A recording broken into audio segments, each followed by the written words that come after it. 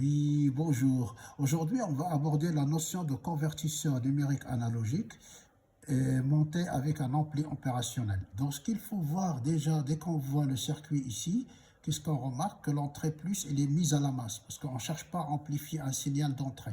Ça, c'est un. Deux, on voit ici, on a une tension de référence, d'accord? Ici, ça peut être égal à 5 volts, ici par exemple. Et on va venir à chaque fois, d'accord, fermer des interrupteurs. Et quand on ferme des interrupteurs, donc on est, vous voyez, on est relié à la tension de référence. Donc on vient prélever, d'accord, des valeurs différentes. Ok? Et ces valeurs-là, ils sont traduites ici. On sait, nous, on sait que, par exemple, si on a que de résistance là, Vs est égal à moins Ve, moins Vrf. D'accord? On sait. Donc on va utiliser cette formule-là, d'accord, et on va l'utiliser pour le convertisseur. Donc, si on applique la formule, celle-là, au convertisseur, on a Vs est égal à moins Vrf, qui est la tension d'entrée, d'accord?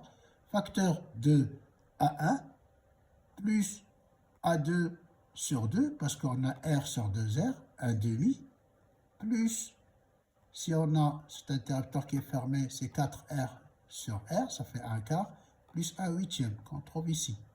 D'accord? Donc, les valeurs en général qu'on utilise ici, c'est R égale 10 kg, 20 kg, 40 et 80. Ces valeurs-là, parce que c'est des valeurs, on va dire, qui sont bien, qui permettent de ne pas avoir d'échauffement, pas de bruit. Le montage fonctionne très bien avec ces valeurs-là. D'accord? Le courant n'est pas trop fort, donc ce qui est un bon compromis. Donc, la référence, donc VRF, ici, par exemple, on a de 0 à 5 volts, hein, et la tension de sortie VA. Donc, on va voir le code binaire ici, divisé par 2 à la puissance n, moins 1 fois VRF. D'accord? Donc, ça, c'est l'équation de sortie. On va regarder ici. Hop. Donc, ce qu'il faut savoir aussi, ce qu'on appelle le pas de quantification, c'est-à-dire delta V. Si on a VRF égale 5 volts, donc delta V est égal à quoi? 5 volts divisé par 16, 2 à la puissance 4, parce qu'ici on a 4 bits.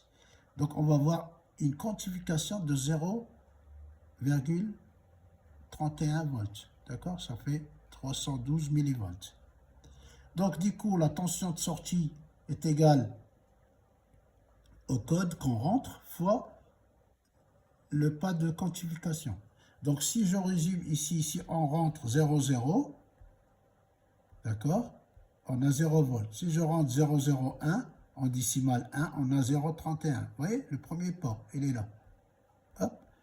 Si je rentre 1, 0,08 en décimale, je récupère 2,5 volts en analogique. Si tous les interrupteurs sont fermés, on a le chiffre 15 en décimale, et là on atteint presque VRF. D'accord? Donc c'est pour ça que les valeurs, ils sont là, hop, on les voit ici. D'accord? Quand tous les interrupteurs sont fermés, c'est 1, 1, 1, qui donne une valeur ici de tension en sortie. Quand tous les interrupteurs sont fermés, on a 4,69 volts. Merci de votre attention et à bientôt.